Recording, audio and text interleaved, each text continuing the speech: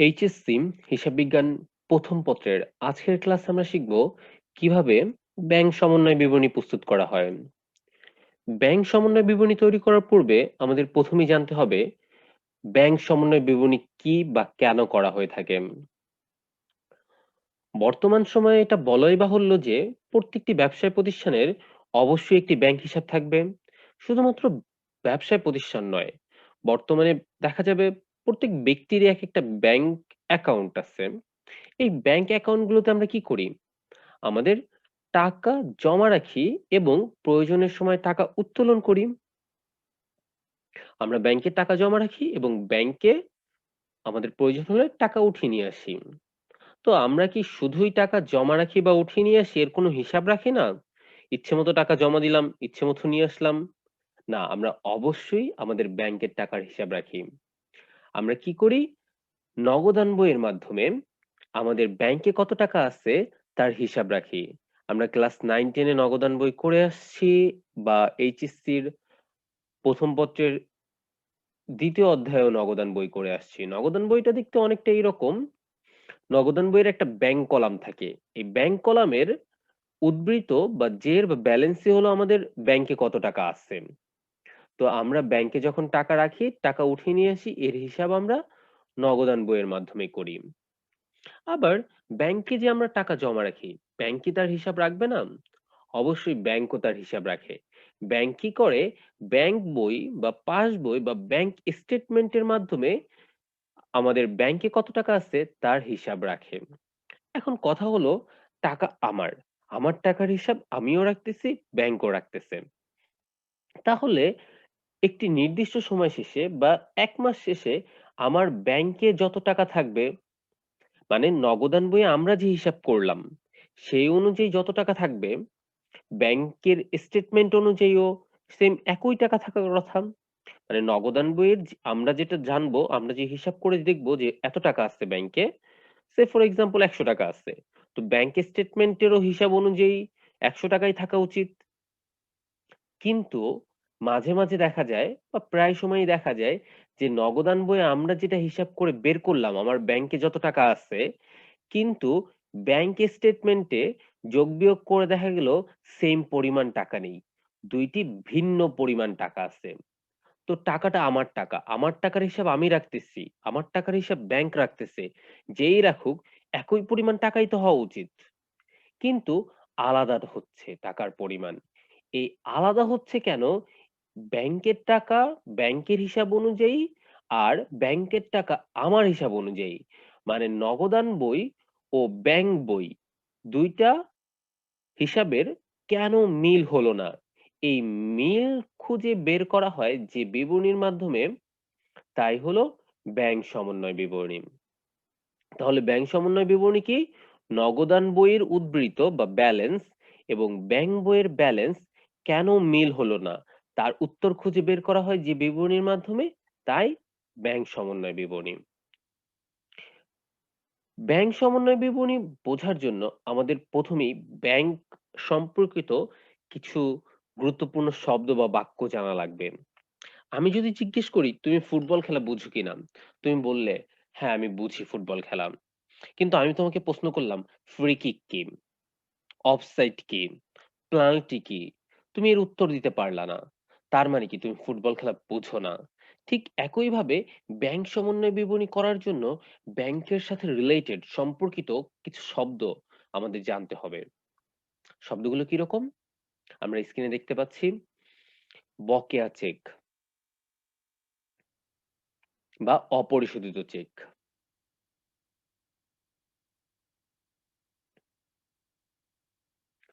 ওকে, বকেয়া চেক বা অপরিশোধিত চেক মানে কি? আমি কাউকে একটা চেক দিলাম।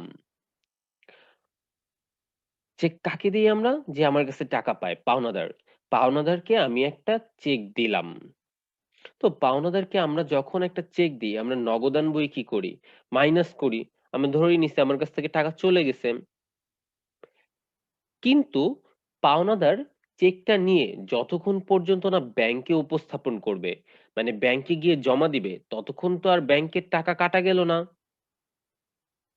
আমরা আমাদের একজন পাওনাদারকে চেক দিলাম। চেক দেওয়ার সাথে, সাথে নগদান বইয়ে মাইনাস করলাম। কিন্তু পাওনাদার সেটা যদি ব্যাংকে নিয়ে না যায়, তাহলে তো ব্যাংকের টাকা কমবে না। ব্যাংকে টাকা ঠিকই আছে, কিন্তু আমরা নগদান বইয়ে মাইনাস করে ফেলছি। এর ফলে কি হবে? একটা গড়মিলের সৃষ্টি হবে। এই ঘটনাকেই আমরা বলবো বকেয়া চেক। বকেয়া চেক মানে কি? ইস্যুকৃত চেক ব্যাংকে উপস্থাপিত হয়নি।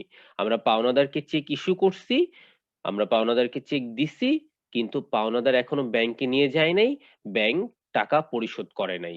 এ ধরনের চেককে বলা হয় অপরিশোধিত বা বকেয়া চেক। এরপরে পথিমধ্যে চেক, পরিবহনাধীন চেক বা ট্রানজিটে জমা চেক বা অনাদায়ী চেক। পথিমধ্যে চেক কি? আমি একজনের কাছ থেকে চেক পেলাম। কার কাছ থেকে পাবো? দেনাদারের কাছ থেকে পাবো। আমাদের যে দেনাদার সে আমাকে একটা চেক দিল। তো চেক যখন আমি পেলাম, আমি নগদান বইয়ে টাকাটা যোগ করে ফেললাম। নগদান বইয়ে যোগ করে ফেলছি যে আমি টাকা পেয়েছি। কিন্তু আমি চেকটা এখন পর্যন্ত ব্যাংকে নিয়ে জমা দেই নাই। বা আমার অফিস থেকে আমি বের হইছি যে ব্যাংকে নিয়ে আমি নগদান বই যোগ করে অফিস থেকে বের হইছি যে ব্যাংকে নিয়ে জমা দিব। কিন্তু আমি রাস্তায়ই আছি এখনো। তো আমার নগদান বই অলরেডি আমি যোগ করে ফেলছি। ব্যাংকে যতক্ষণ পর্যন্ত আমি চেকটা জমা দিব, ব্যাংক তো চেক করবে না। ব্যাংক যোগ করে নাই, এর ফলে একটা গরমিল হবে। এই ধরনের চেককে বলবো আমরা পথিমধ্যে চেক বা ট্রানজিটে জমা চেক বা অনাদায়ী চেক। অনাদায়ী চেক কি বা ট্রানজিটে জমা চেক কি? আমি চেক পাইছি দেনাদারের কাছ থেকে, নগদান বই যোগ করে দিছি, কিন্তু এখনো ব্যাংকে উপস্থাপন করি নাই, ব্যাংক এখনো টাকা আদায় করে নাই, ব্যাংক যোগ করে নাই টাকাটা। Credit memorandum. ক্রেডিট মেমোরেন্ডাম হলো এমন কতগুলো হিসাব যেগুলো নগদান বইয়ে কিছুই করা হয় নাই। মানে নগদান বই জানেই না, আমরা জানিই না, কিন্তু ব্যাংক আমাদের যোগ করে দিচ্ছে। ব্যাংক যদি কোনো টাকার অ্যামাউন্ট আমাদের হিসেবে যোগ করে দেয় সরাসরি, আমাদেরকে না জানিয়েই, আমাদের হিসাবে টাকা যোগ করে দিচ্ছে, আমাদেরকে জানাই নাই, আমরা জানি না, এ ধরনের হিসাবগুলোকে বলবো আমরা ক্রেডিট মেমোরেন্ডাম। যেমন ব্যাংক কর্তৃক সুদ মঞ্জুর, ব্যাংক আমাদেরকে সুদ দিল। এখন ব্যাংক কি জিজ্ঞেস করবে, ভাই আপনাদের কি সুদ দিব নাকি দিব না? অবশ্যই জিজ্ঞেস করবে না, সে সরাসরি ব্যাংক হিসাবে ব্যাংক অ্যাকাউন্টে যোগ করে দিবে। সো ব্যাংক আমাদের সুদ মঞ্জুর করলো, আমাদের অ্যাকাউন্টে টাকাটা সে যোগ করে দিল, কিন্তু আমরা জানি না। এই জিনিসটাকেই বলা হবে ক্রেডিট মেমোরেন্ডাম। আমরা যেহেতু জানি না, নগদান বই আমরা কিছুই করি নাই, কিন্তু পাসবইয়ে ব্যাংক যোগ করে দিয়েছে। ক্রেডিট মেমোরেন্ডাম যদি এটা হয়, ডেবিট মেমোরেন্ডাম কি হবে? ডেবিট মেমোরেন্ডাম হবে যে সকল হিসাব ব্যাংক আমাদের হিসাব থেকে যে সমস্ত টাকা কেটে নিয়েছে আমাদেরকে না জানিয়েই। ব্যাংক সরাসরি যে সমস্ত টাকা আমাদের হিসাব থেকে কেটে নিয়েছে, কিন্তু আমাদেরকে জানায়নি। যেমন bank charge. Bank charge bank কি করবে? আমাদেরকে জিজ্ঞেস করে কাটবে না, সে সরাসরি আমাদের অ্যাকাউন্ট থেকে কেটে নিবে। ব্যাংক জমাতিরিক্ত সুদ, কমিশন। আর যেহেতু ব্যাংক কেটে নিবে, টাকা কমে যাবে, কিন্তু আমরা যতক্ষণ পর্যন্ত নগদান বই হিসাবভুক্ত সেটা করব না, গরমিল থেকেই যাবে। ব্যাংক সমন্বয় বিবরণীটি হলো কি? ব্যাংক বই, পাস বই এবং নগদান বইয়ের মধ্যে কেন অমিল হলো তার কারণ খুঁজে বের করা। আচ্ছা, আমাদেরকে যদি কোশ্চেনে বলা হয় ব্যাংক বিবরণীতে ক্রেডিট করা হয়েছে, তার মানে আমরা কি বুঝবো?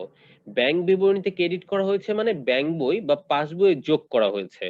ব্যাংক বিবরণীতে ক্রেডিট মানে ব্যাংক যোগ করেছে। আমরা উপরে একটা ব্যাংক স্টেটমেন্ট দেখে আসছিলাম। তো এইখানে একটা ডেবিট কলাম আছে, ক্রেডিট কলাম আছে ব্যাংক স্টেটমেন্টে। ব্যাংক স্টেটমেন্টের ক্রেডিট কলাম মানে টাকা যোগ করা হয়েছে, আর ডেবিট কলাম মানে টাকা বিয়োগ করা হয়েছে। ব্যাংক স্টেটমেন্টের ক্রেডিট কলাম মানে ক্রেডিট করা হয়েছে মানে ব্যাংক বইয়ে টাকাটা যোগ করা হয়েছে, কিন্তু নগদান বই কিছুই করা হয়নি। সেম ভাবে ব্যাংক বিবরণীতে ডেবিট করা হয়েছে মানে ব্যাংক বইয়ে টাকাটা বিয়োগ করা হয়েছে, নগদান বইয়ে কিছুই করা হয়নি। সেম ভাবে যদি বলা হয় নগদান বইয়ে ক্রেডিট করা হয়েছে, তাহলে উল্টাটা হবে পাস বইয়ের। নগদান বইয়ে ক্রেডিট করা হয়েছে মানে টাকাটা বিয়োগ করা হয়েছে, আর নগদান বইয়ে ডেবিট করা হয়েছে মানে টাকাটা যোগ করা হয়েছে। আমরা উপরে একটা নগদান বই দেখে আসছি, এই নগদান বইয়ের ডেবিট পাস, এটা হলো ডেবিট পাস। ডেবিট পাসের ব্যাংক কলামে যদি আমি টাকা লিখি ৯০,০০০ লেখা হইছে, এখানে ২,৮৫০ লেখা হইছে, এর মানে হলো যোগ করা হয়েছে। নগদান বইয়ের ডেবিটে লেখা মানে যোগ করা হয়েছে। আর নগদান বইয়ের ক্রেডিটে লেখা মানে বিয়োগ করা হয়েছে টাকাটা। টাকা চলে গেছে আমার কাছ থেকে। নগদান বইয়ের যখন আমরা ক্রেডিটে লিখি তার মানে আমার কাছ থেকে টাকাটা চলে গেছে। আর নগদান বইয়ের ডেবিটে লিখলে আমার কাছে টাকা আসছে। আমি নগদান বই ডেবিট করা মানে যোগ করেছি, নগদান বই ক্রেডিট করা মানে বিয়োগ করেছি। কিন্তু পাসবই কি নগদান বইয়ের উল্টা। পাসবই ক্রেডিট করা মানে কি টাকা যোগ করা হয়েছে। পাসবই ডেবিট মানে টাকাটা বিয়োগ করা হয়েছে। এরপরে আমরা একটা এন্ট্রি দেখতে পাচ্ছি, বিশেষ এন্ট্রি। ৪,৫০০ টাকার প্রাপ্য বিল ৪,০০০ টাকায় বাট্রাকরণ নগদান বইয়ের সম্পূর্ণ মূল্যে লেখা হয়েছে। আমরা কি করছি, আমাদের কাছে একটা প্রাপ্য বিল ছিল ৪,৫০০ টাকা মূল্যের। প্রাপ্য বিলটা নিয়ে গিয়ে ব্যাংকে দিছি। ব্যাংক আমাকে ৪,০০০ টাকা দিছে আর প্রাপ্য বিলটা রেখে দিছে। এটাকেই বলে বাট্রাকরণ। তো আমাদের টাকা পেলাম কত? ৪,০০০ টাকা। কিন্তু আমরা কি করছি, ভুল করছি। ভুল করে নগদান বইয়ের সম্পূর্ণ মূল্যে লিখছি। সম্পূর্ণ মূল্য কত? ৪,৫০০ টাকা। তার মানে নগদান বইয়ে আমি ৪,৫০০ টাকা যোগ করছি। কিন্তু ব্যাংক কত যোগ করছে? ৪,০০০ টাকা যোগ করছে। এর ফলে গড়মিল হবে। দুইটার মধ্যে ডিফারেন্স, গড়মিল তৈরি হয়েছে। উপরের যেগুলা ছিল এগুলো যদি আমরা খেয়াল করি, তাতে একটা বইয়ে কিছুই করা হয়নি। মানে একটা বইয়ে 0 লেখা হয়েছে। আরেকটা বইয়ে যোগ বা বিয়োগ করা হয়েছে। কিন্তু নিচের এন্ট্রিটা যেটা দেখলাম মাত্র, সেটাতে কি দুটাতেই লেখা হয়েছে, কিন্তু দুটাতে দুইটা ডিফারেন্স, ভিন্ন অ্যামাউন্ট লেখা হয়েছে। তো আমাদের নগদান বই আর পাস বইয়ের মধ্যে কখন কিভাবে গড়মিল হবে? যদি আমরা নগদান বইয়ে কোনো কিছু লিখি কিন্তু পাস বইয়ে না লিখি। আবার পাস বইয়ে লিখলাম, নগদান বইয়ে লিখিই নাই একেবারে। তাহলে আবার এমন হতে পারে কি, দুইটা বইই লিখছি কিন্তু দুইটা বইয়ে দুই রকম টাকা লিখছি। ক্লিয়ার? সো নগদান বই ভুল করতে পারে, পাস বই ভুল করতে পারে। নগদান বই কোনো একটা এন্ট্রি লেখা হইতে পারে, পাস বইয়ে লেখা নাই হইতে পারে। আবার পাস বইয়ে লেখা হইতে পারে, নগদান বইয়ে লেখা নাই হইতে পারে। আবার দুই বই লেখা হইতে পারে কিন্তু ভিন্ন ভিন্ন অ্যামাউন্ট লেখা হইতে পারে। এই সকল কারণেই আসলে সাধারণত নগদান বইয়ের টাকার অ্যামাউন্ট আর পাস বইয়ের টাকার অ্যামাউন্ট মিলে না, গড়মিল হয়। আর এই না মিলা বা গড়মিলটা আমরা খুঁজে বের করব যে অঙ্কের মাধ্যমে, সেটাই হলো ব্যাংক সমন্বয় বিবরণী। ব্যাংক সমন্বয় বিবরণী দুইটা পদ্ধতিতে করা যায়। ব্যাংক সমন্বয় বিবরণী করার দুইটি পদ্ধতি আছে। একটি হলো একক জের পদ্ধতি, আরেকটি উভয় জের পদ্ধতি। উভয় জের পদ্ধতি আমরা কিভাবে করব? একটু ফানি লাগতে পারে রুলস গুলো। রুলস গুলো একেবারেই আমার নিজের তৈরি করা। সাধারণত কোনো বইয়ে এইভাবে রুলস গুলা লেখা থাকবে না, বাট আমরা অঙ্ক করলে দেখব খুবই সহজ এটা বোঝার জন্য। উভয় জের পদ্ধতির রুলস হলো কি, যার যার ভুল সে সমাধান করবে। যে ভুল করবে সে সেটা ঠিক করবে। আর যে যেটা লিখে নাই সে সেটা লিখবে। আমরা এখন একটা অঙ্ক করব। অঙ্কটা করলেই দেখব কিভাবে এই রুলস গুলো এপ্লাই হবে। তো রুলস কি উভয় জের পদ্ধতিতে ব্যাংক সমন্বয় বিবরণী করার? যার যার ভুল সে সমাধান করবে। আর যে যেটা লিখে নাই সে সেটা লিখবে। বাস্তবিক লাইফে কি হওয়া উচিত? তুমি যদি ভুল করো সেটা তুমিই ঠিক করবা। আর তুমি যদি কোনো কিছু হিসাবভুক্ত না করো সেটা তুমিই হিসাবভুক্ত করবা। আচ্ছা, আমরা এখন একটা ব্যাংক সমন্বয় বিবরণী কোশ্চেন দেখি, তারপর একক জের পদ্ধতি কিভাবে করে সেটা দেখবো অবশ্যই। আমরা এখানে একটা কোশ্চেন দেখতে পাচ্ছি ব্যাংক সমন্বয় বিবরণীর। কি লেখা আছে? মিস্টার সুজন চৌধুরী একজন ব্যবসায়ী। ২০১৬ সালের ৩১ ডিসেম্বর তারিখে তার ব্যাংক হিসাব পর্যালোচনা করে নিম্নলিখিত তথ্যাবলী পাওয়া গেল। ওকে, ভালো। কি তথ্য পেলাম ব্যাংক হিসাব পর্যালোচনা করে? নগদান বই অনুযায়ী ব্যাংক জমাতিরিক্ত ২৮,৫০০ টাকা। নগদান বই অনুযায়ী ব্যাংক জমাতিরিক্ত ২৮,৫০০ টাকা, এর মানে কি? আমাদের নগদান বই, আমরা যেই হিসাবটা রাখি নগদান বইয়ের মাধ্যমে আমাদের ব্যাংকের টাকার, সেখানে হিসাব করে দেখছি আমরা আমাদের ব্যাংকে মাইনাস ২৮,৫০০ টাকা আছে। ব্যাংক জমাতিরিক্ত মানে টাকাটা মাইনাস। ব্যাংক জমাতিরিক্ত, ব্যাংক ওভারড্রাফট, ব্যাংক ওডি, এগুলার মানে হলো আমার টাকা ঘাটতি আছে, আমরা বেশি টাকা আরো উঠায় নিয়ে আসছি, তত টাকা ছিল। সো আমাদের মাইনাস ২৮,৫০০ টাকা আছে, এটা কে বলতেছে? নগদান বই বলতেছে। কিন্তু ব্যাংক বিবরণী অনুযায়ী ব্যাংক জমার উদ্বৃত্ত ৪,৫০০ টাকা। কিন্তু আমাদের যে ব্যাংক স্টেটমেন্ট বলতেছে কি আমাদের ব্যাংকে ৳৪,৫০০ আছে। নগদান বই বলতেছে যে আমাদের ব্যাংকে কোনো টাকা নাই। উল্টো আমরা ৳২৮,৫০০ বেশি নিয়ে আসছি। ব্যাংক আমাদের কাছে ৳২৮,৫০০ পাবে। কিন্তু ব্যাংক স্টেটমেন্ট বলতেছে আমাদের ব্যাংকে ৳৪,৫০০ আছে। তো এই গরমিলগুলা কেন হলো? এইটা আমরা খুঁজে বের করব। তো আমাদের কিছু তথ্য দেওয়া আছে। ১ম এ বলা আছে পাওনাদার বরাবর ইস্যুকৃত মোট ৳৭০,০০০ র ৩ টি চেকের মধ্যে ৳৫০,০০০ চেক ২ টি উক্ত মাসে ব্যাংক কর্তৃক পরিশোধিত হয়নি। আচ্ছা তার আগে আরেকবার আমরা রুলসটা দেখে আসি উভয় করার। রুলস কি? যার ভুল সে সমাধান করবে। আর যে যেটা লিখে নাই সে সেটা লিখবে। আমার এইখানে একটা উভয় পদ্ধতির ঘর করা আছে। আমরা দেখতে পাচ্ছি। ব্যাংক সমন্বয় বিবরণী উভয় পদ্ধতি। ঘরটা কি করব? উভয় মানে ২ টা জের। ২ টা জের নিয়ে আমরা অঙ্কটা করব। একটা পাশ থাকবে নগদান বইয়ের, আরেকটা পাশ থাকবে ব্যাংক বইয়ের। তো নগদান বই অনুযায়ী দেওয়া হচ্ছে ব্যাংক জমাতিরিক্ত কত টাকা? ২৮,৫০০ আর এটা যেহেতু জমাতিরিক্ত তাহলে আমরা মাইনাস দিয়ে লিখব। Okay clear? নগদান বই অনুযায়ী ব্যাংক জমাতিরিক্ত ৳২৮,৫০০ আর ব্যাংক বিবরণী অনুযায়ী ব্যাংক জমার উদ্বৃত্ত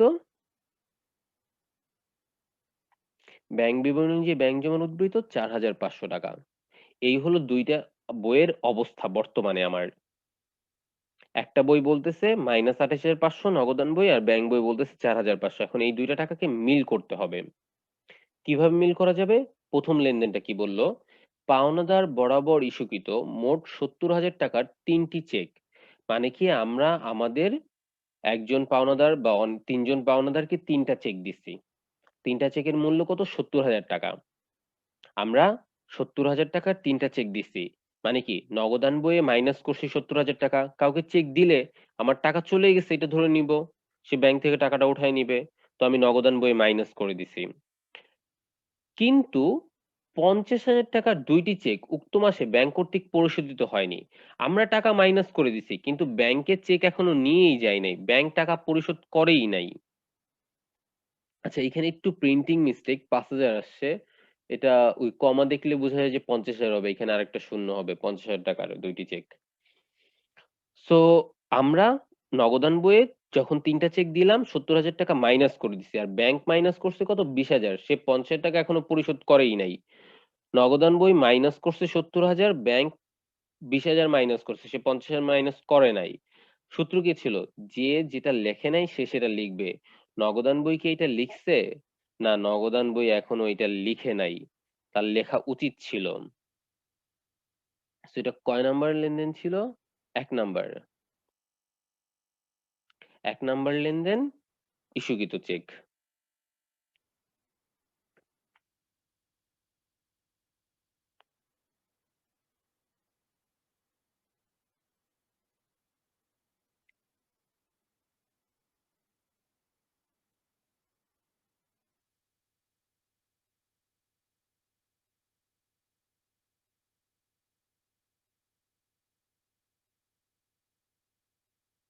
ইস্যুকৃত চেক।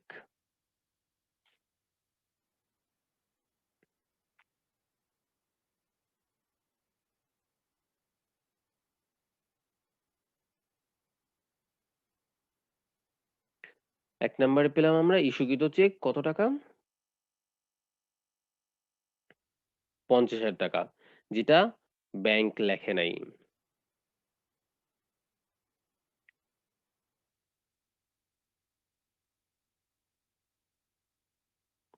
আচ্ছা জিনিসটা আমি আবার দেখাচ্ছি।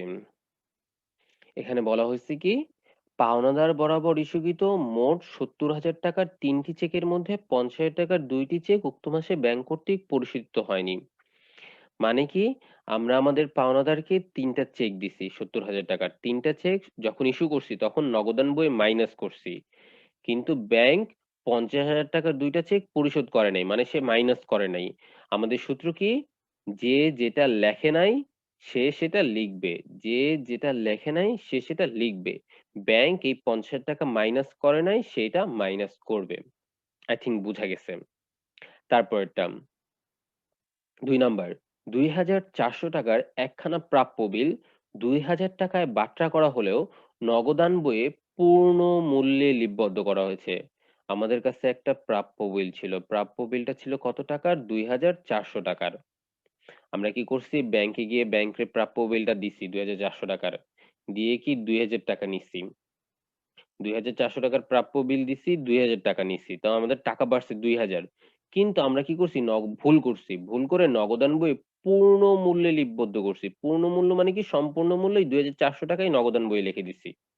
আমরা টাকা পাইছি ২,০০০, লেখা উচিত ছিল ২,০০০ টাকা, কিন্তু লেখছি কত? ২,৪০০ টাকা। ভুল করছি।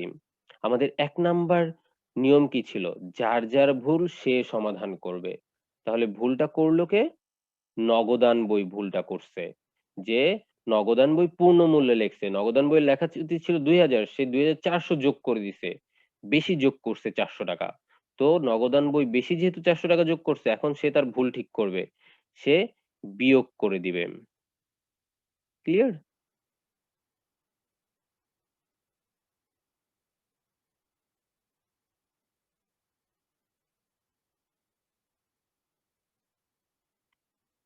তো নগদান বই ভুল করছে, এটা হলো ২ নাম্বার এন্ট্রি।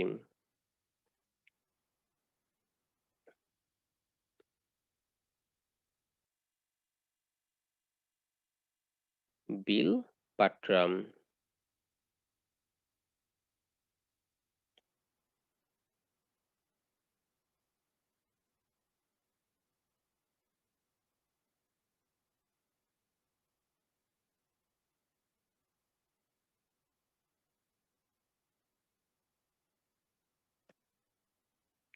বিল বাট্রা করে সে ৪০০ টাকা বেশি লিখে দিছে।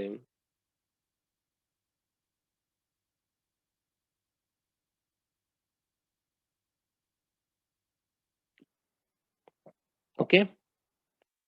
সো নগদান বই আমরা একটা বিল বাট্রা করছি ২,৪০০ টাকার। ২,০০০ টাকায় বাট্রা করছি, ২,০০০ টাকা পেলাম।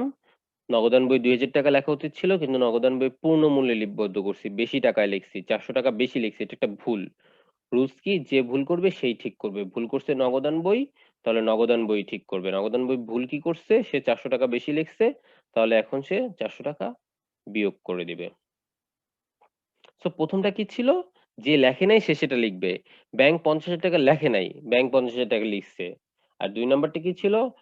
যে ভুল করবে সে সেটা ঠিক করবে। নগদান বই ৪০০ টাকা ভুল করছে, সে এটা ঠিক করবে। আচ্ছা, তারপরে ৩ নাম্বার। দেনাদারের নিকট হতে প্রাপ্ত ১৬,৫০০ টাকার ২ টি চেক। আমরা দেনাদারের কাছ থেকে ১৬,৫০০ টাকার ২ টা চেক পাইছি। ভালো কথা। এবং ১৫,৫০০ টাকার একটি প্রাপ্য বিল ব্যাংকে জমা দেওয়া হলেও এই অর্থ বছরে আদায় হয়নি।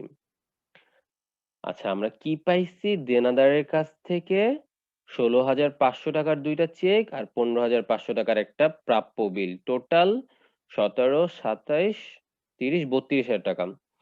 টোটাল দেনাদারের কাছ থেকে আমি ৩২,০০০ টাকা পাইছি। তো দেনাদারের কাছ থেকে যখন পাইছি চেক আর বিল, তখনই আমি কি করছি? নগদান বই সেটা যোগ করে দিছি।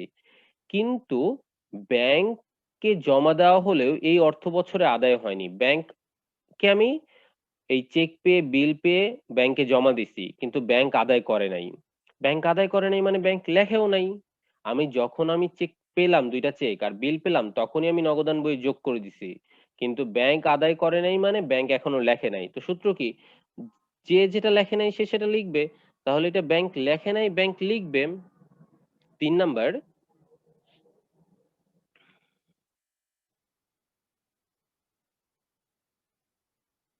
চেক ও বিল আদায়। চেক ও বিল আদায় করলাম কত টাকার? ৩২,০০০ টাকার। ওকে? বুঝা গেছে?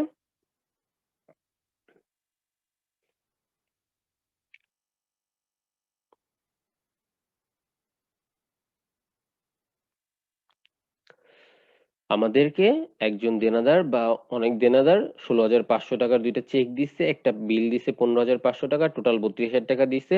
আমরা যখন এই চেক আর বিল পাইছি, নগদান বই যোগ করে ফেলছি, কিন্তু ব্যাংক আদায় করে নাই, মানে ব্যাংক লেখে নাই। সূত্র হলো যে যেটা লেখে নাই সে সেটা লিখবে। তো নগদান ব্যাংক লেখে নাই, ব্যাংক এটা লিখছে। এরপরে ৪ নাম্বার, বিনিয়োগের সুদ ১২,৫০০ টাকা। ব্যাংক কর্তৃক সরাসরি আদায় হয়েছে কিন্তু নগদান বই ভুক্ত হয়নি। তো নগদান বই এটা লেখে নাই, নগদান বই এটা লিখবে। যোগ করবে না বিয়োগ করবে? বিনিয়োগের সুদ আদায়, তাহলে তো ব্যাংক যোগ করছে, ব্যাংক আদায় করছে, ব্যাংক পরিশোধ করে নাই। পরিশোধ করলে মাইনাস, আদায় করলে যোগ। ব্যাংক আদায় করছে তাহলে ব্যাংক যোগ করছে। নগদান বই লেখে নাই, সে যোগ করবে। ব্যাংক আদায় করছে, ব্যাংক যোগ করছে, নগদান বইয়েরও কি করা উচিত? যোগ করা উচিত। সো বিনিয়োগের সুদ, বিনিয়োগের সুদ কত টাকা? ১২,৫০০ টাকা। ক্লিয়ার? বুঝে গেছে? এটা ব্যাংক লিখছে ১২,৫০০ আদায় করছে মানে ব্যাংক লিখছে, কিন্তু নগদানভুক্ত হয়নি মানে নগদান লেখে নাই। তাহলে সূত্র কি? যে যেটা লেখে নাই সে সেটা লিখবে, নগদান লেখে নাই নগদান লিখবে। লিখলো, ভালো। ৫ নাম্বার, আদায়ের জন্য ৫,০০০ টাকার চেক ব্যাংকে জমা দিলেও নগদানভুক্ত হয়নি। নগদানভুক্ত হয়নি মানে নগদান লেখে নাই, নগদান লিখবে। আর আদায়ের জন্য জমা দেওয়া চেক, তাহলে টাকা পাইছে ব্যাংক, ব্যাংক যোগ করছে, ব্যাংক টাকা আদায় করে। সো ৫ নাম্বার, জমাকৃত চেক।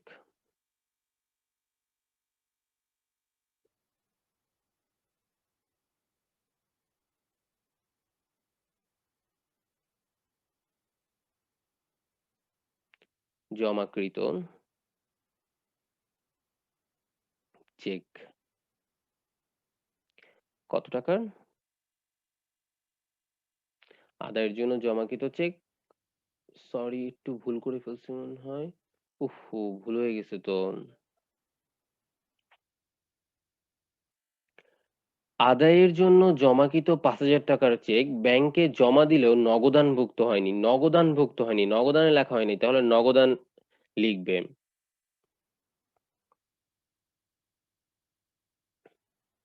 ৳৫,০০০। সো আমরা একটা চেক ব্যাংকে জমা দিচ্ছি, ব্যাংক আদায় করছে কিন্তু নগদান বই লেখে নাই। ব্যাংক আদায় করলে ব্যাংক সেটা যোগ করছে, আর নগদান বই লেখে নাই মানে নগদান বই এখন লিখবে। সূত্র হলো যে যেটা লেখে নাই সে সেটা লিখবে।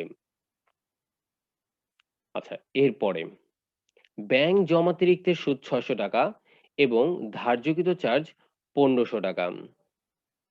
ব্যাংক জমাতিরিক্তের সুদ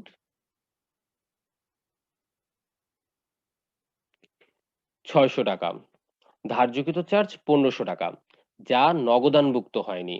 নগদানভুক্ত হয়নি তাহলে নগদান লিখবে। ৬ নাম্বার,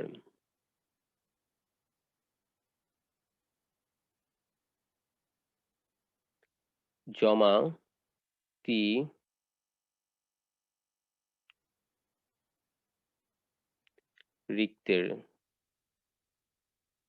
জমাতিরিক্তের সুদ ও চার্জ।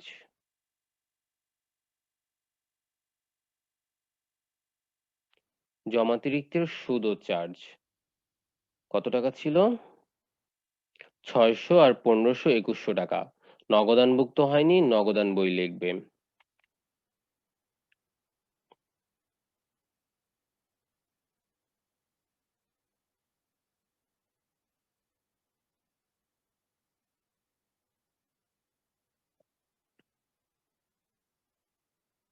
৬০০ আর ১৫০০ ২১০০ টাকা। ব্যাংক জমাতিরিক্তের সুদ ও চার্জ, ব্যাংক জমাতিরিক্তের সুদ ৬০০ টাকা, ব্যাংক চার্জ ১৫০০ টাকা। এটা কি? ব্যাংক আমাদের কাছ থেকে কেটে নিছে কিন্তু নগদানভুক্ত হয়নি, তাহলে নগদান বইয়ে সেটা লেখা উচিত।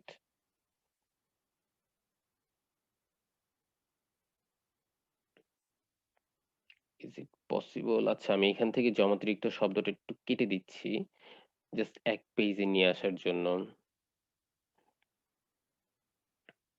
সুদ ও চার্জ ২১০০ টাকা।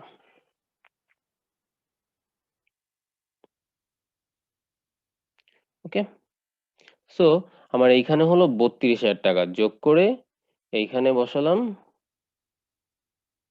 ৩২,০০০।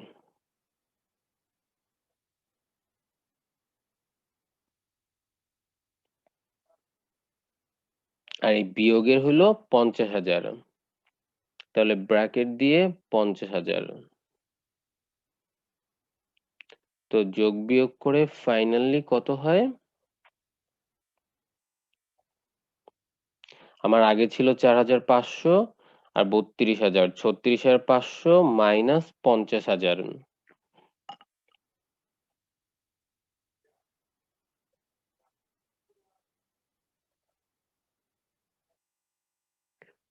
36,500 মাইনাস 50,000 ইকুয়াল মাইনাস 13,500।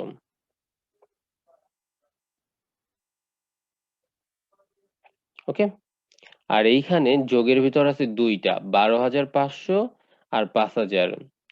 টোটাল যোগ করলে হবে 17,500। আর বিয়োগের ভিতর আছে দুইটা, 400 আর 2,100, মানে বিয়োগে 2,500।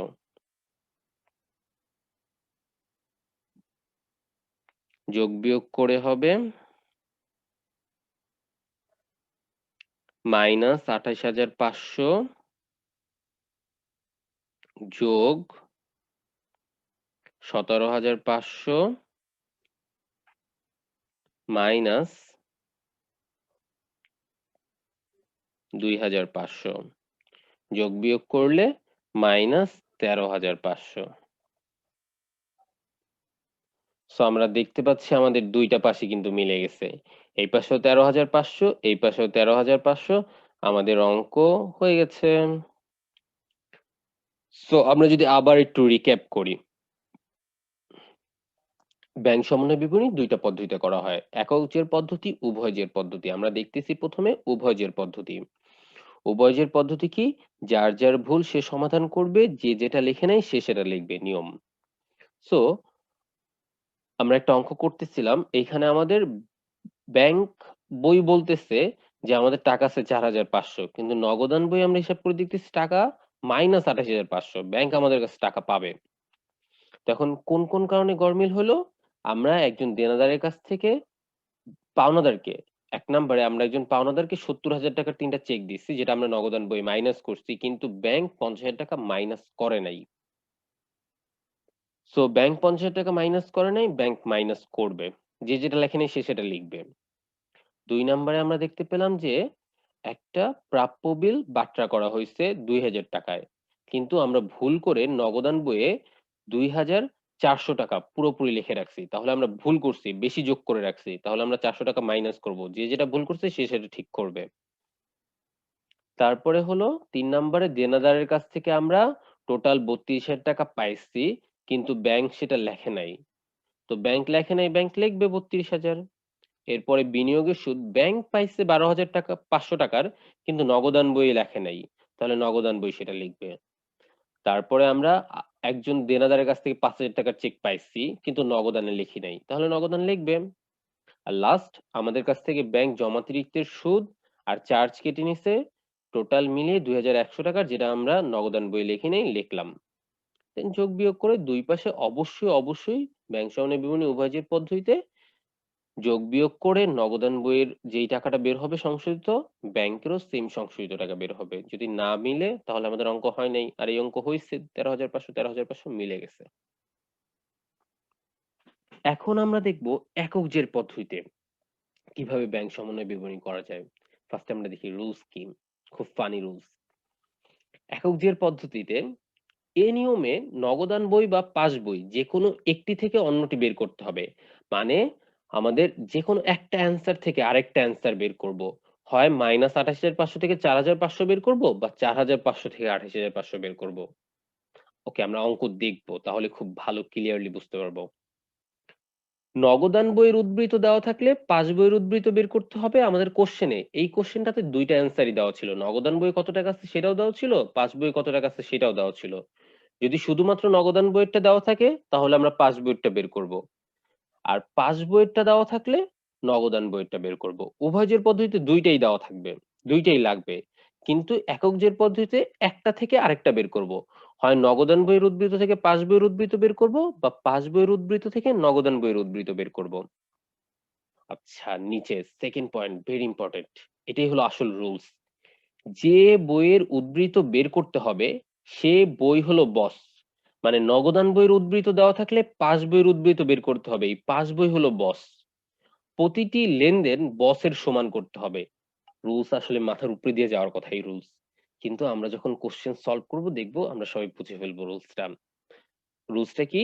যে বইয়ের উদ্ধৃত বের করতে হবে সে বই হলো বস। প্রতিটি লেনদেন বসের সমান করতে হবে। আচ্ছা আমরা অঙ্ক করি। তাহলে আমরা বুঝবো রুলসটা কিভাবে অ্যাপ্লাইড হবে। ওই সেম অঙ্কটাই আমরা আবার করতেছি। এইখানে একক জের পদ্ধতি, ব্যাংক সমন্বয় বিবরণী।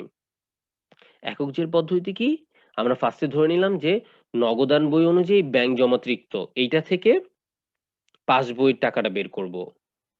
পাস বই বা ব্যাংক বই অনুযায়ী ব্যাংক জমার উদ্ধৃত বের করব। ক্লিয়ার? নগদান বইয়ের টাকা থেকে আমরা বের করব কি? ব্যাংক বইয়ের টাকা। যেহেতু ব্যাংক বইয়ের টাকা বের করব তাহলে আমার রুলস অনুযায়ী ব্যাংক বই হলো বস। এই অঙ্কটা করার জন্য আমাদের প্রথমে একটা রাফ করতে হবে। রাফটা কি? আমরা এখন এখানে রাফটা দেখব। আমাদের দুইটা বই, একটা হলো নগদান বই আর একটা ব্যাংক বই। আমরা কোনটা ধরে নিছি? নগদান বইয়েরটা ধরে নিছি আর ব্যাংকের বইটা বের করব। যারটা বের করব সে হলো বস।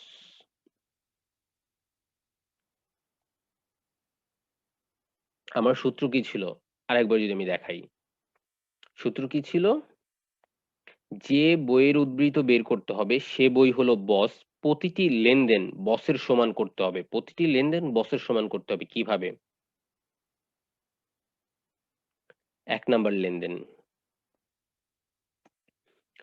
কি? পাওনাদারকে ৭০,০০০ টাকার ৩ টা চেক দিছি। পাওনাদারকে যদি আমরা চেক দেই তাহলে নগদান বই কি করছি? মাইনাস করছি ৭০,০০০। ওকে? আর আমরা ব্যাংক বই কি করছি? ৫০,০০০ টাকার চেক দুইটি উক্ত মাসে ব্যাংক কর্তৃক পরিশোধিত হয়নি। তাহলে ব্যাংক বইয়ে মাইনাস করছি ২০,০০০। ৫০,০০০ টাকা পরিশোধ করি নাই ৭০,০০০ টাকার মধ্যে। তাহলে পরিশোধ করছি কত? ২০,০০০। তাহলে নগদান বইয়ে মাইনাস করলাম ৭০,০০০ আর ব্যাংক বইয়ে মাইনাস করলাম ২০,০০০। দুইটা বইয়ের মধ্যে গরমিল দেখতে পাচ্ছি। আমাদের সূত্র কি? যে বইয়ের টাকা বের করব আমরা ব্যাংক বইয়ের টাকা বের করব। যদি এইখানে দেখি যে নগদান বই উপরে ধরে নিছি, এটা কত? মাইনাস ২৮,৫০০। ২৮,৫০০। তাহলে বের করব কারটা? ব্যাংক বিবরণী। নিচে ব্যাংক বিবরণী এই টাকাটা বের করব যোগ বিয়োগ করে। তাহলে ও হলো বস, যেটা নিচে বের করব যার টাকাটা। সো বসের সমান করতে হবে প্রত্যেকটি লেনদেনের যোগফল। এই ১ নাম্বার লেনদেনের যোগফল বসে মানে ব্যাংক বই আছে -২০,০০০। নগদান বইকে এখন এই -২০,০০০ এর সমান করতে হবে। নগদান বই আছে কত? -৭০। কিভাবে -২০,০০০ করা যায়? -৭০ কে যোগ যদি করি ৫০,০০০। ক্লিয়ার? -৭০ এর সাথে ৫০,০০০ যোগ করলেই তো যোগফল -২০,০০০ হয়ে যাবে। ইকুয়াল -২০,০০০। সো আই থিংক আমরা বুঝতে পারছি বসের সমান কিভাবে করতে হবে। মানে প্রথম লেনদেনটার ফলাফল নগদান বই ছিল -৭০,০০০, ব্যাংক বই ছিল -২০,০০০, বস কে ছিল ব্যাংক বই। তাহলে বসের সমান করতে হবে। -২০,০০০ এর সমান কেমনে করা যাবে? ৫০,০০০ টাকা যোগ করে দিলে। ওকে? এবার ২ নাম্বারটা দেখি। ২ নাম্বার লেনদেন ২,৪০০ টাকার একটা বিল বাট্টা করা হয়েছে ২,০০০ টাকায়। নগদান বই পূর্ণ মূল্যে লিপিবদ্ধ করা হয়েছে। পূর্ণ মূল্যে মানে কি? নগদান বই ২,৪০০ যোগ করা হয়েছে। কিন্তু ব্যাংক বই যোগ করা হয়েছে কত? ২,০০০। ব্যাংক তো বেশি যোগ করবে কেন? ২,০০০ ই যোগ করবে, সে ২,০০০ টাকা দিছে। কিন্তু আমরা ভুল করে ২,০০০ এর জায়গায় ২,৪০০ যোগ করছি। এখন বসে আছে কত? ২,০০০। বসের সমান করতে হবে। কিভাবে করা যাবে? -৪০০ করলে বসের সমান হয়ে যাবে। ক্লিয়ার? সো এই হলো নিয়ম। প্রত্যেকটি লেনদেনের ফলাফল বসের সমান করতে হবে। আচ্ছা তারপরে ৩ নাম্বার। ৩ নাম্বারে কি বলছে? দেনাদারের কাছ থেকে ১৬,৫০০ টাকার ২ টা চেক, ১৫,৫০০ টাকার একটি প্রাপ্য বিল আদায়। দেনাদারের কাছ থেকে টোটাল ৩২,০০০ টাকা পাইছি। পেলেন নগদান বই ৩২,০০০ যোগ করছি। কিন্তু ওই অর্থ বছরে আদায় হয়নি। ব্যাংকে জমা দিলেও ওই অর্থ বছরে আদায় হয়নি মানে ব্যাংক আদায় করে নাই, ব্যাংক জিরো, ব্যাংক কিছুই করে নাই। ব্যাংক যখন এই চেকের টাকা, বিলের টাকা আদায় করবে তখনই সে যোগ করবে, তখনই সে লিখবে, কিন্তু আদায় করতে পারে নাই, সে লেখাও নাই। কিন্তু আমরা নগদান বইয়ে ৩২,০০০ লিখে দিছি। বসকে ব্যাংক, ব্যাংকের সমান করতে হবে কিভাবে? -৩২,০০০ করলে ইকুয়াল 0। প্রত্যেকটি লেনদেনের ফলাফল বসের সমান করতে হবে। এখানে নগদান বইয়ে ছিল +৩২,০০০ আর ব্যাংক বইয়ে ছিল 0। আমরা বসের এই শূন্যের সমান করতে হবে। কিভাবে করা যায় শূন্যের সমান? -৩২,০০০ করলে। ৪ নাম্বার, বিনিয়োগের সুদ ১২,৫০০ টাকা ব্যাংক কর্তৃক সরাসরি আদায় হয়েছে কিন্তু নগদানভুক্ত হয়নি। নগদানভুক্ত হয়নি মানে নগদান কিছুই লেখে নাই, 0। কিন্তু ব্যাংক কর্তৃক আদায় হয়েছে মানে কি? ব্যাংক যোগ করছে ১২,৫০০ টাকা। বসকে ব্যাংক। তাহলে বসের সমান করতে হবে এই নগদান বইকেও। কিভাবে করা যাবে? ১২,৫০০ টাকা যোগ করে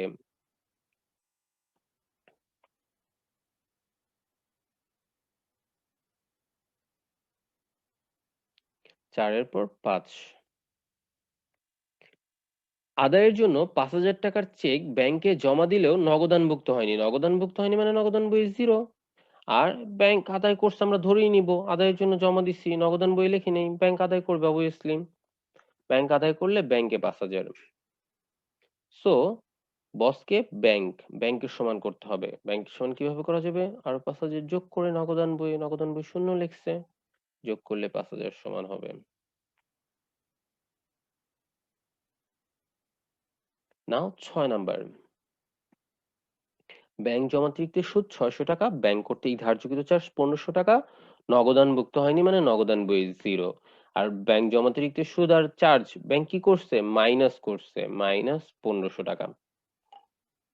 বস হলো ব্যাংক, ব্যাংকের সমান করতে হবে। শূন্য আছে, আরো -১৫০০ করলে সমান হয়ে যাবে। ওকে? এই রাফটা যদি করা হয়ে যায় তাহলে আমার অঙ্ক করা শেষ। কিভাবে? ওকে, আমরা দেখি কিভাবে।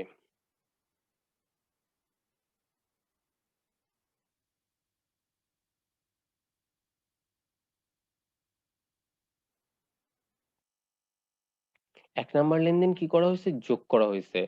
তাহলে আমরা ১ নাম্বার লেনদেন লিখব যোগের মধ্যে।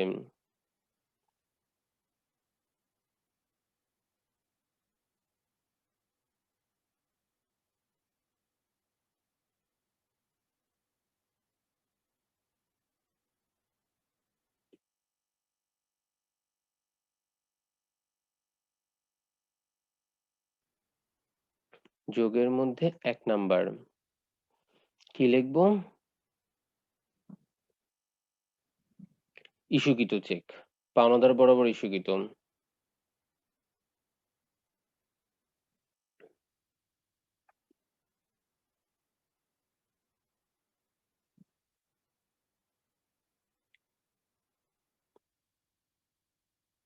ইস্যুকৃত চেক।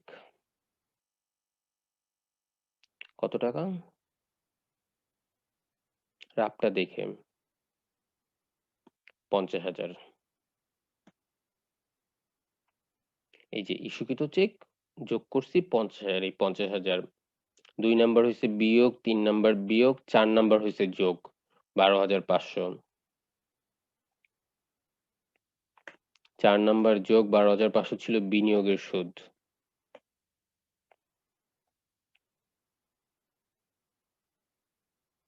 ১২,৫০০।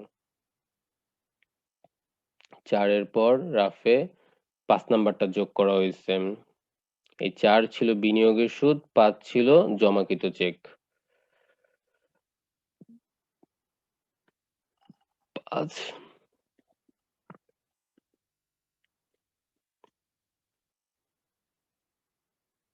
জমাকৃত চেক। কত টাকা? রাফটা ৫ এ জমাকৃত চেক এই যে ৫,০০০ টাকা যোগ করছিলাম, তাহলে ৫,০০০।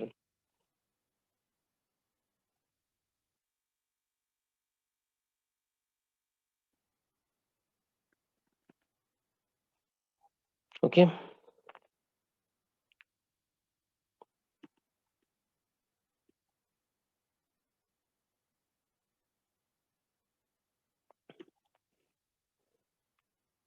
আর বিয়োগের মধ্যে যাবে কোনটা কোনটা? বিয়োগের মধ্যে যাবে 2, 3 আর 6। 2, 3, 6, 2 এ বিল বাট্রা, 3 এ 2 এ বিল বাট্রাকরণ, 3 এ দেনাদারের নিকট থেকে প্রাপ্তি, 6 এ জমাতিরিক্ত সুদ ও চার্জ।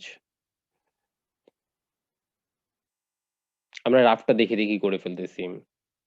2, 3, 6, 2, 3, 6। 2 এ হলো বিল বাট্রা, 3 এ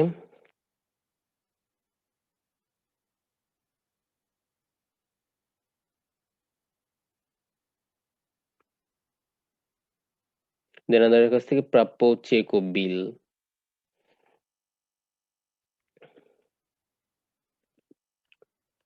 জমাকৃত চেক ও বিল। আর 6 ছিল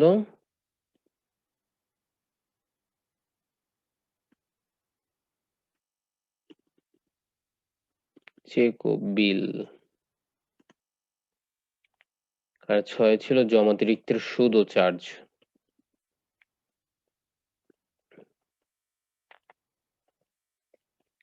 সুদ ও চার্জ। রাফে দেখি 2 নাম্বার বিল বাট্রা কত ছিল? 400 টাকা মাইনাস 400 টাকা করে সমান সমান হয়েছিল -400 মাইনাস 32 আর 1500, 432,1500। টাকাটা বসাই। 432,1500।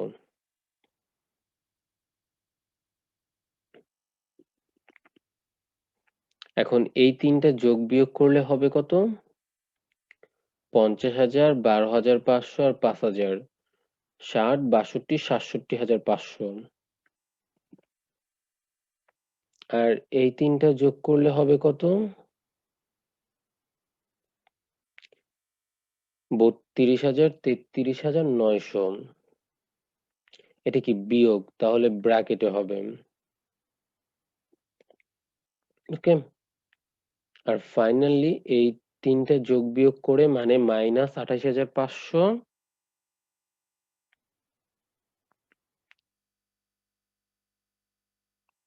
যোগ 67,500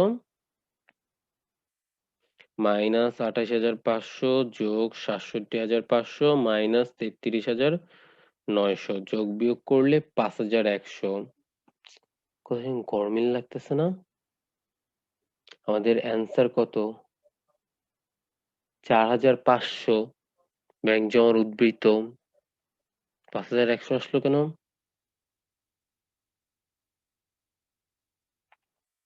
28,500 50, 12, 60, 62,500 67,500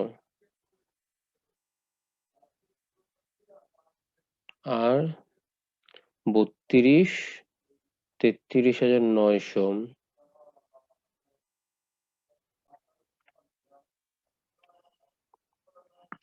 ওকে, ভুল তো একটা হয়েছে। এখানে 6 নাম্বার ব্যাংক জমাতিরিক্তের সুদ 600 টাকা, চার্জ 1500 টাকা, দুইটা মিলে তো 2100 টাকা। আমরা এখানে মাইনাস করছি 1500 টাকা, হবে কিভাবে? দুইটা মিলে টোটাল 2100 টাকা।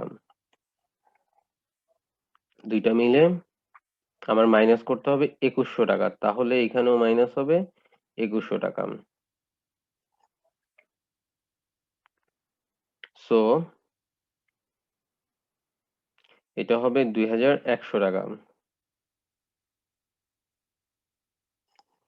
তাহলে যোগ বিয়োগ করে এখানে হবে 32, 34, 34,500 টাকা। 34,500 টাকা। তাহলে তিনটা যোগ বিয়োগ করে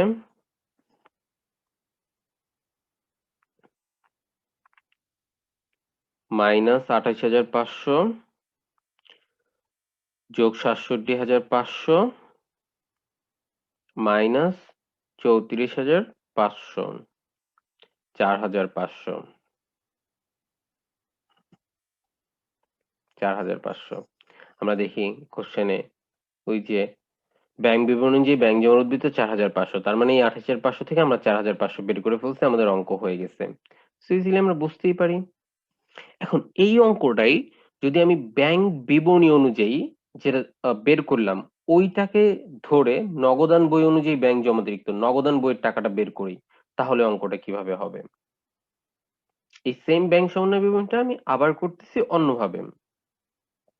আমরা প্রথমবার ধরছিলাম কি, যে নগদান বইয়ের টাকাটা থেকে ব্যাংকের টাকাটা বের করছি। এবার ব্যাংকের টাকাটা থেকে কন্ট্রোল সি,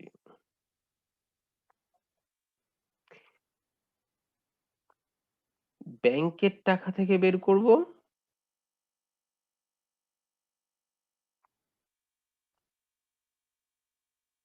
নগদান বইয়েরটা।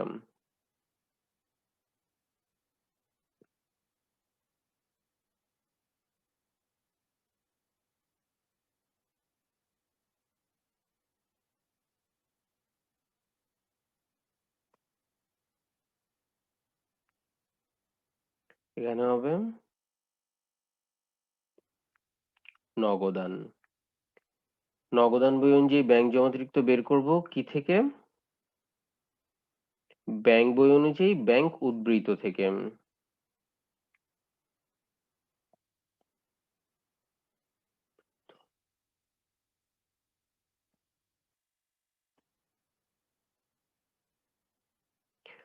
আগের অঙ্কটা কি করছি? নগদান বই অনুযায়ী ব্যাংক জমাতিরিক্ত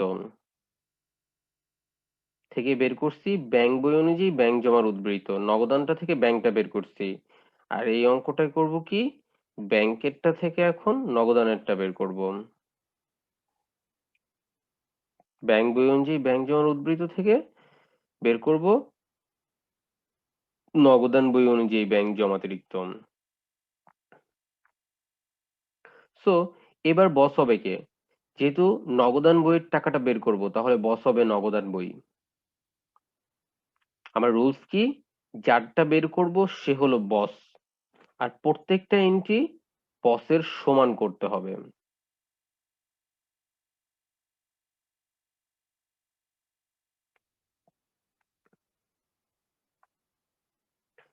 প্রত্যেকটা এন্ট্রি বসের সমান করতে হবে। কিভাবে? এক নাম্বারে কি, 70,000 টাকার 3টা চেক ইস্যু করছি, মানে নগদান বইয়ে মাইনাস করছি 70। ব্যাংক কি করছে? ব্যাংক 50,000 টাকার 2টা চেক এখনো পরিশোধ করে নাই, শুধু 20,000 মাইনাস করছে। এবার বসকে নগদান বইয়ের টাকাটা বের করতেছি, তাহলে বস হলো নগদান বই। তাহলে বসের সমান করতে হবে, -70 এর সমান করতে গেলে আরো -50 করা লাগবে। আগের মতোই সেম, যেটা বস তার সমান করতে হবে বসকে। এখানে নগদান বই, আগের বার ছিল ব্যাংক, সো নগদান বইয়ের সমান করতে হবে। 2 নাম্বার এন্ট্রি, 2,400 টাকার বিল বাট্রা করছে, নগদান বই পূর্ণ মূল্য লিখছে, মানে নগদান বই 2,400ই লিখছে, কিন্তু ব্যাংক লিখছে 2,000। বসের সমান 2,400 সমান করতে হবে কিভাবে? আরো 400 যোগ করে সমান করা যাবে।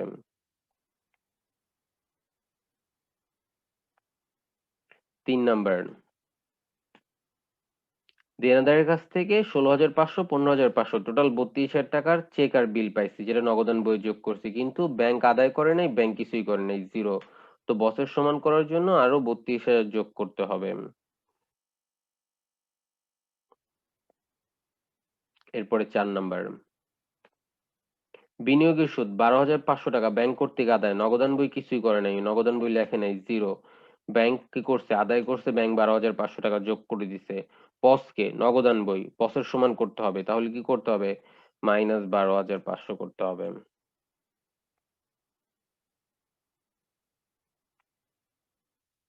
5 নাম্বার, আদায়ের জন্য 5,000 টাকার চেক ব্যাংকে জমা দিলেও নগদানভুক্ত হয়নি, নগদানভুক্ত হয়নি মানে নগদান বই জিরো।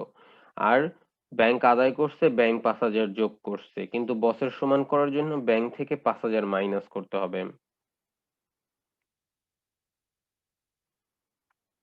6, ব্যাংক জমাতিরিক্তের সুদ ধার্যকৃত চার্জ নগদানভুক্ত হয়নি মানে নগদান বইয়ে 0।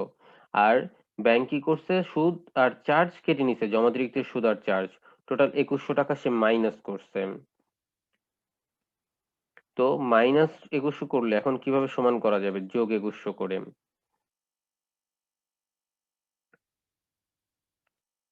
তো এবার যোগ কে 2 3 6 যোগ বিল-বাট্রা, চেক ও বিল জমা আর ব্যাংক জমাতিরিক্তের সুদ।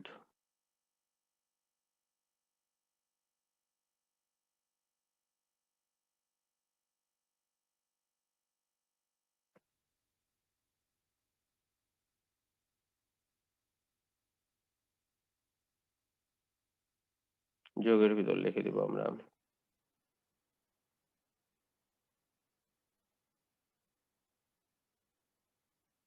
ওকে,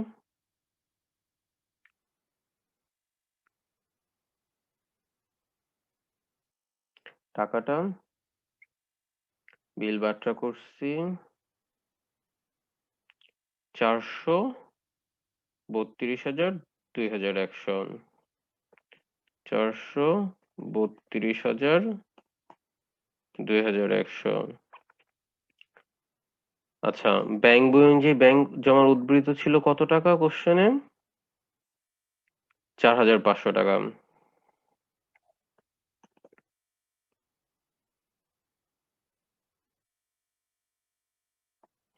এই তিনটা যোগ করে 32,000, 33, 34, 34,500 টাকা।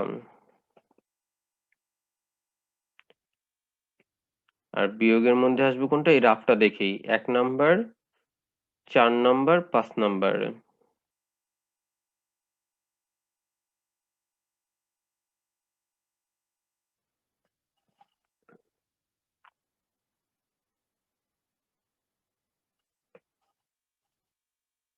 টাকা কত কত? 50,000, 12,500, 5,000।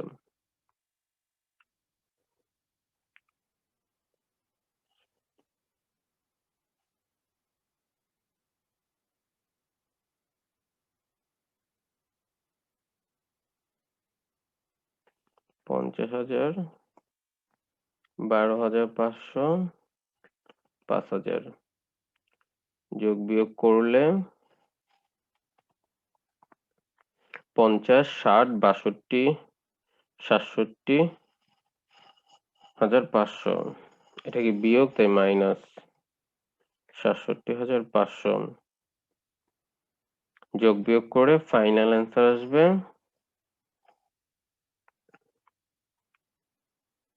4,500 যোগ 34,500 মাইনাস 67,500 মাইনাস 28,500।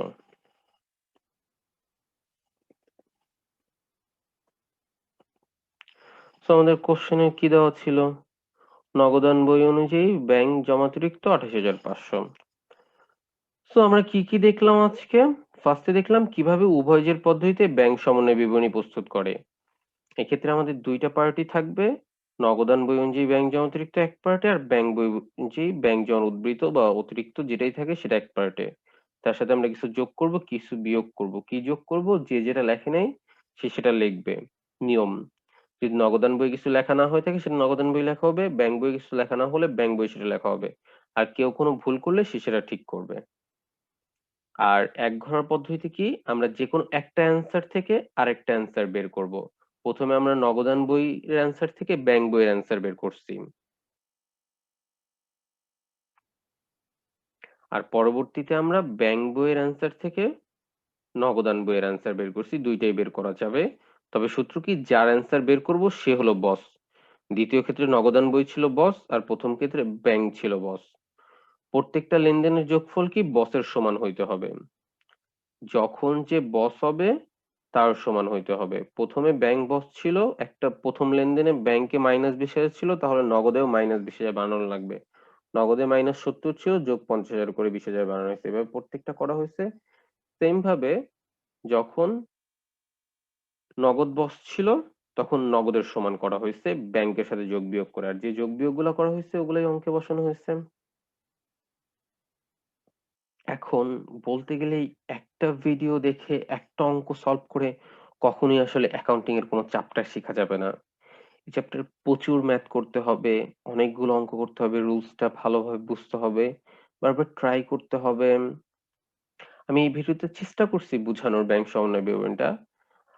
যদি কারো কোনো কোশ্চেন থাকে অবশ্যই কমেন্টে করবেন। আর অনেক বেশি অঙ্ক করবেন তাহলেই দেখবেন ব্যাংক সমন্বয় বিবরণীটা সহজ হয়ে যাবে। সবাইকে থ্যাংক ইউ।